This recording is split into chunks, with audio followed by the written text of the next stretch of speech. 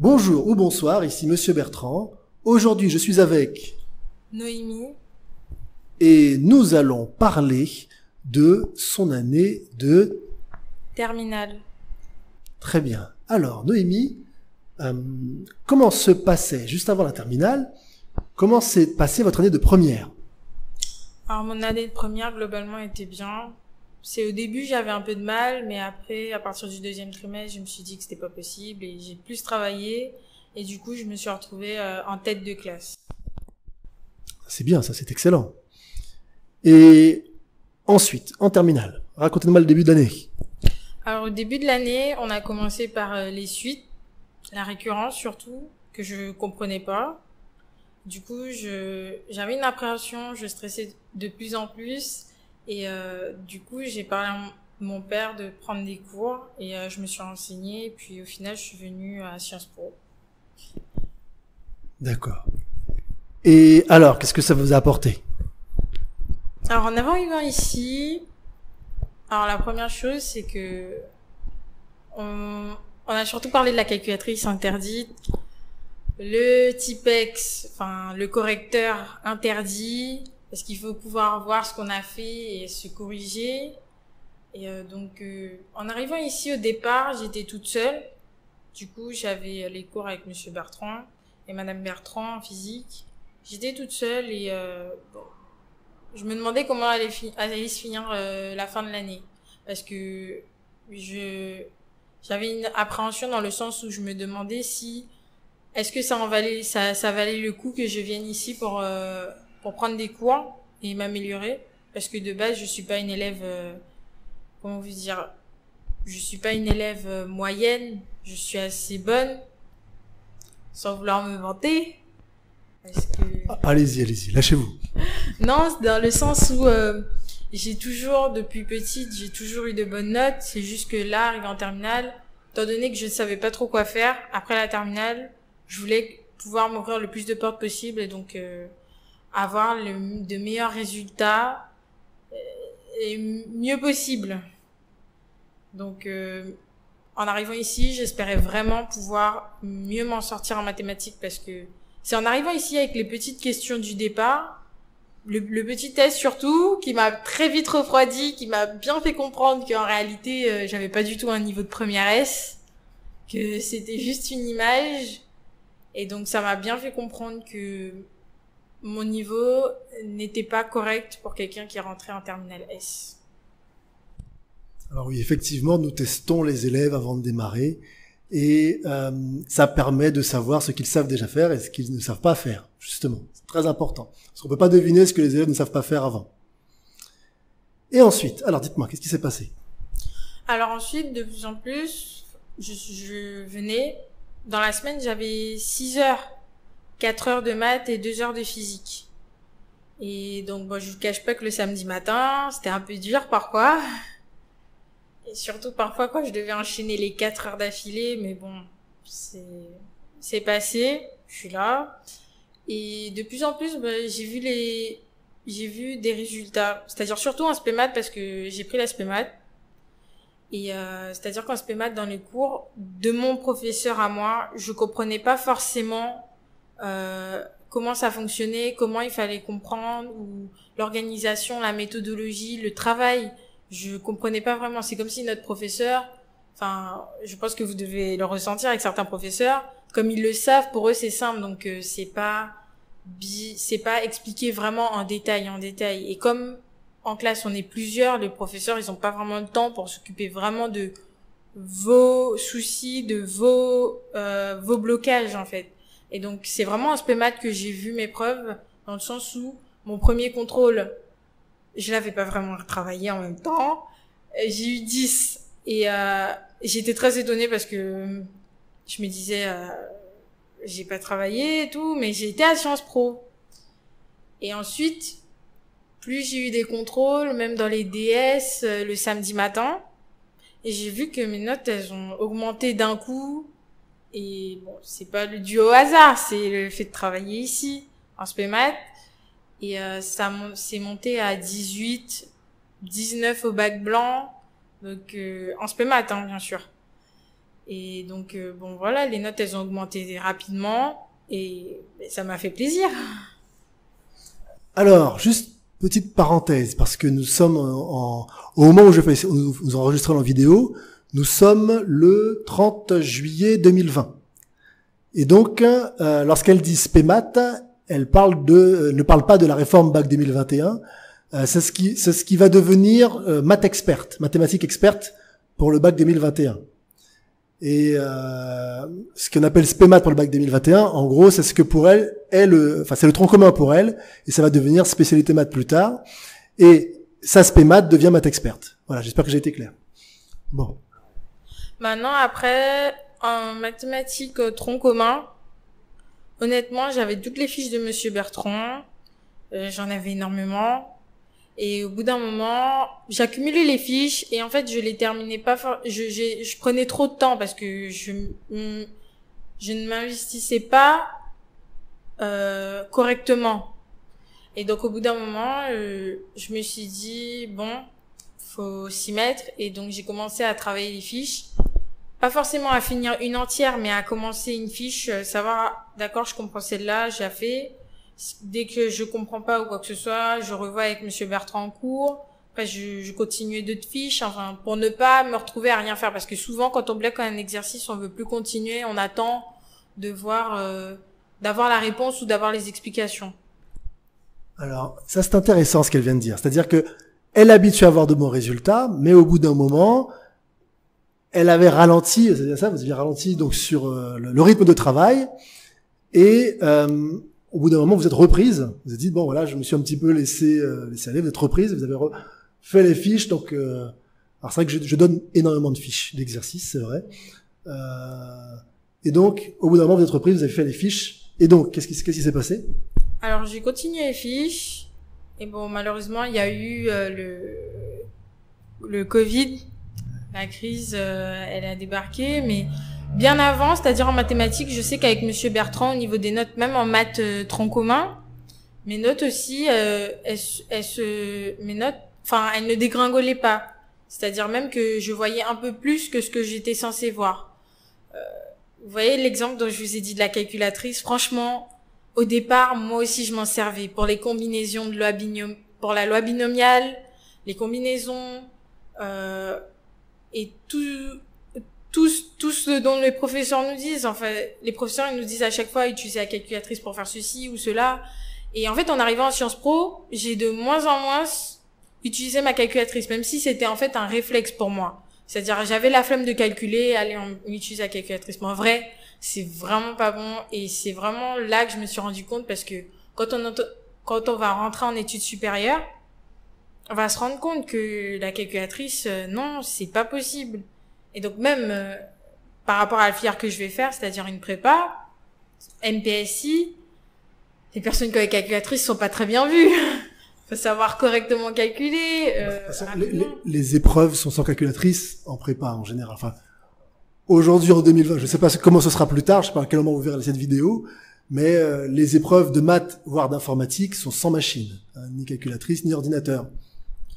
Et donc, j'ai appris du fait de la non-utilisation de la calculatrice, parce que c'est interdit dans cette entreprise qui est Sciences Po. Et donc, j'ai appris à calculer les combinaisons rapidement. C'est même pas comme si c'était compliqué. C'est la simplification, c'est rapide. On utilise la factorielle et donc ça se fait facilement. Franchement, faut pas se dire que oui, si j'utilise pas la calculatrice, ça va être plus long, ça va être dur, faudrait que je réfléchisse. Bah oui, le but c'est de réfléchir, parce que si on laisse tout à une machine, c'est pas bon. Je veux dire, le fameux exemple que j'ai eu qui m'a vite recalmé, c'est mettez 2 exposants 1000 plus 2 exposants 1000, le tout exposant 0. Voilà. 2 exposants 1000, le tout exposant 0. Et plus 2 exposants 0, le tout exposant 1000. Plus 2 exposants 0, le tout exposant 1000. Et en réalité, c'est juste 1 plus 1, mais la machine... Franchement, tapez-le, hein. Je l'ai fait. Ça fonctionne pas. La machine n'y arrive pas. Et donc, voilà, franchement, la calculatrice, on le dit, et je pense que même sur plusieurs des vidéos de Monsieur Bertrand, on parle de la calculatrice, du fait que, franchement, c'est pas bon à utiliser, et c'est vraiment, si franchement on vous le répète autant que ça, c'est qu'il y a une raison. Essayez de moins utiliser votre machine. Et c'est cette année-là, franchement, que j'ai de moins en moins utilisé ma calculatrice. Vraiment, en cas extrême, même dans les livres, lorsqu'on arrive à des exercices où il marque la calculatrice, j'essaie de faire l'exercice sans la calculatrice. Et après, vraiment, s'il faut, alors j'utilise. Mais sinon, éviter. Et franchement, c'est mieux. Ça devient presque naturel de pas l'utiliser. C'est juste un conseil de ce que j'ai vécu. Et surtout, si vous voulez faire donc des filières comme des prépas ou médecine, la calculatrice, de toute façon, elle sera interdite après. Voilà, donc prenez l'habitude dès maintenant à ne pas l'utiliser. Un très bon conseil. Alors, sinon, après, au niveau de l'année de mathématiques, bon, tout s'est bien passé, même si j'ai pas mis suffisamment d'efforts. Ensuite, on a la crise qui est arrivée et lorsque, au moment du corona, lorsqu'on nous a dit que les écoles étaient fermées, bon, j'avoue, j'étais contente, comme je pense tout le monde, avant de se douter que ça durerait plusieurs mois, surtout en Guyane, parce que nous, on a eu un confinement précoce et lors du déconfinement, on a dû se reconfiner. Donc, au départ, j'étais contente, je me suis dit, bon, je me ferai un emploi du temps, je travaillerai mes matières, parce que dans tous les cas, on va quand même passer le bac.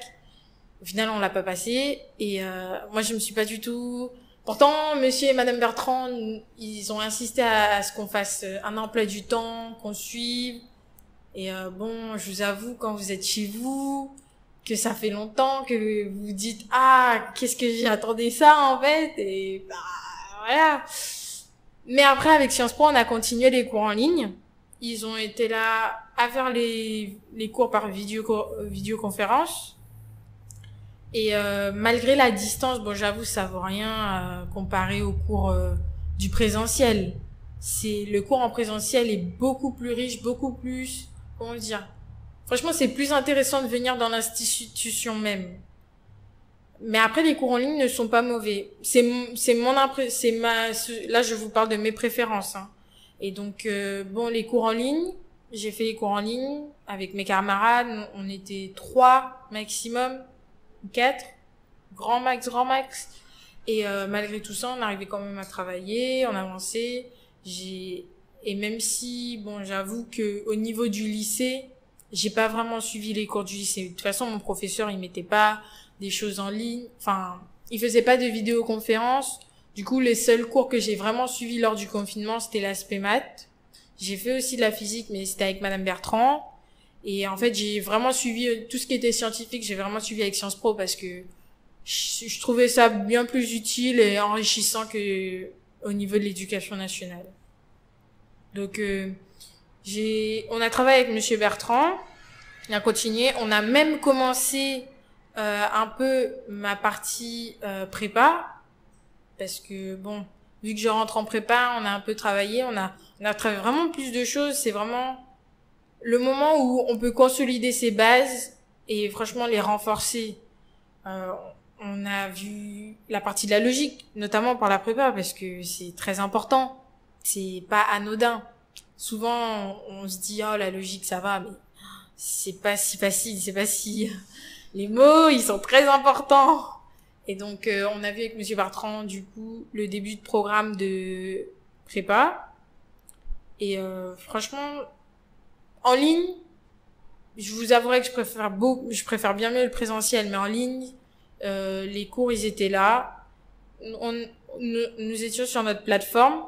Nous avions les cours. S'il y avait un souci, on pouvait envoyer un message à monsieur Bertrand, ainsi qu'à madame Bertrand. Donc, les cours en ligne, franchement, pour un site, pour les cours en ligne, c'était très correct dans le sens où on avait nos exercices. Quoi qu'il arrivait, on pouvait envoyer un message qui fonctionnait c'est un peu comme le principe de WhatsApp, sauf que c'était pas direct, comme quand on parle à quelqu'un directement sur WhatsApp avec les 2 flèches bleues. Non, mais ça avait le principe de WhatsApp où on envoie un message, on peut l'envoyer en audio ou à l'écrit, et monsieur Bertrand nous répondait dès qu'il le recevait. Voilà, alors je vais préciser, c'est parce que je n'ai pas WhatsApp. je n'ai même pas de téléphone mobile. Hein. Je suis pas fan du téléphone mobile. Par contre, sur la plateforme, on a mis en place ça pour les élèves. Du coup, ce que j'en tiens de toute l'année, ce que je trouve vraiment dommage, c'est de pas avoir pu passer les épreuves, parce que mon objectif, c'était un peu de viser le 20 en mathématiques. Mais enfin, je l'ai pas passé, un petit regret. Voilà. Alors, dans votre déception, vous avez eu combien finalement en maths? Au bac, Oui. là, j'ai eu 18. Mais non. Oh, quelle catastrophe, 18. Oh là là, je vous plains. Vous auriez dû avoir 20. Bon, c'est pas grave. Vous aurez 20 en prépa. Ah, j'espère. Franchement, on va travailler pour, parce que bon, en prépa, on sait tous que les moyennes, elles décollent pas au-dessus du 10. Alors ça dépend. Sans vouloir nous envoyer des fleurs, nos élèves dépassaient, les élèves de Sciences Po qui étaient en prépa, dépassaient régulièrement le 10, hein, régulièrement. Donc, si vous gardez dans tout ce qu'on a déjà fait nous, vous allez voir que vous continuez de travailler, donc vous mettez un bon coup de collier là, un peu avant la rentrée. Vous allez voir que la prépa, avoir la moyenne et même plus, c'est possible. Oui. Non, mais il faut pas se décoller. En réalité, je suis quelqu'un, j'ai besoin d'un petit boost qui me fasse comprendre que, en réalité, il faut vraiment que je me reprenne, parce que j'ai beau avoir des bonnes notes ou ce que vous voulez, c'est au niveau de comment vos professeurs vous notent. Donc, si vous savez comment vos professeurs vous notent, vous savez quoi faire pour avoir la bonne note. Et du coup, c'est un peu la stratégie que j'ai eue, moi. Et donc, franchement, à ne pas faire. Il faut vraiment travailler, que ce soit tel prof ou tel prof, que vous soyez irréprochable, parce que moi, franchement, je vais pas vous mentir. J'ai beau avoir des bonnes notes, j'ai décroché. Et donc, avec Sciences Po, je gardais le rythme au niveau des mathématiques, un peu de la physique. Mais sinon, j'ai vraiment décroché. Et je me suis fait un planning pour que pendant l'été, là, je puisse faire tous les chapitres, les revoir, faire aussi de la prépa. Parce que c'est pas, franchement, ne vous dites pas, oui, 2 semaines avant la rentrée. Mais il faudra se mettre, franchement, si vous faites 2 semaines, faudra se mettre à fond. C'est pour ça que c'est mieux de vous le mettre sur 2 mois. Je sais que les vacances, on veut profiter, on veut s'amuser, c'est normal. Je vous dis pas qu'il faut pas s'amuser. Mais se poser des horaires, la semaine, et vraiment se dire, cette semaine, faut que je fasse ce chapitre, et que je maîtrise ce chapitre. Parce que c'est comme ça que moi je fonctionne. Pour réussir, je me dis que le chapitre, je dois pas juste le comprendre et ça ira. Non, je cherche vraiment à maîtriser ce chapitre. Si on me donne quoi que ce soit dessus, je vais le voir, je vais dire ah, c'est comme ça. Voilà, je dois pas me poser et me dire revenons sur non, je dois vraiment maîtriser mon chapitre. Et donc, le conseil de Sciences Po, apprenez par cœur.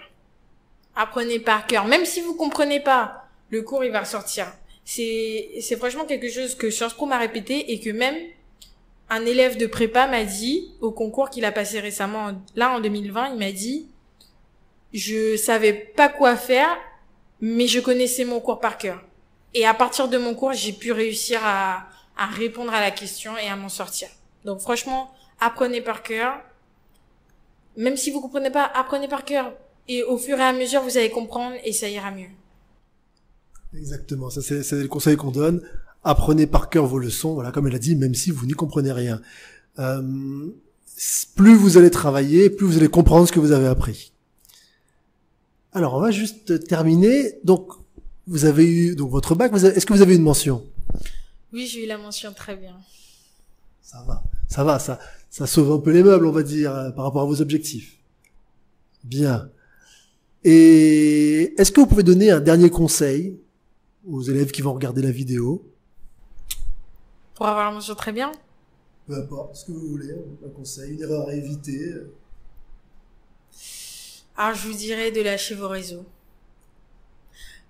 Fixez-vous une petite heure, c'est-à-dire, allez, je fais 3 heures de réseau maximum par jour parce que c'est ça, franchement, moi, pendant les vacances, j'étais sur Netflix. Vous verrez sur mon téléphone, ça dira 11 heures de Netflix en une journée. Et c'est vraiment pas bon. Lâchez vos téléphones, fixez-vous 3 heures de réseau par jour, 5 heures maximum, mais dépassez pas. Et de toute façon, il n'y a pas de secret. Si vous voulez réussir quelque chose, c'est du travail. Et si vous êtes sur votre téléphone et vous espérez avoir bon, vous pouvez pas faire l'étonner après, hein. Les choses, elles sont telles qu'elles sont parce que vous avez décidé qu'elles deviennent comme ça. Donc, petit conseil, lâchez votre téléphone. On sait que c'est super important, que il y a un message d'un tel. Quand vous travaillez, éteignez votre téléphone à la limite. Travaillez avec un ordinateur. C'est mieux à faire que de travailler avec son téléphone. Éteignez votre portable et travaillez sans votre portable et vous reviendrez. De toute façon, le portable, on peut pas vous l'enlever comme ça. Vous allez revenir sur les réseaux après avoir travaillé, avoir fait quelque chose d'instructif et d'important pour votre avenir, parce que c'est de votre avenir dont il est question. Donc voilà mon conseil. Lâchez votre téléphone. Moi, si j'avais pas mon téléphone, je pense que j'aurais plus travaillé qu'autre chose. Alors, c'est un très très bon conseil. Eh bien, merci beaucoup, Noémie. Et peut-être à l'année prochaine, hein, vous allez témoigner pour nous dire comment s'est passée la première année de prépa. Hein, ah, j'espère, oui, bien sûr. Très très très bien. Alors, je vous dis à bientôt. À bientôt. Au revoir. Bye bye.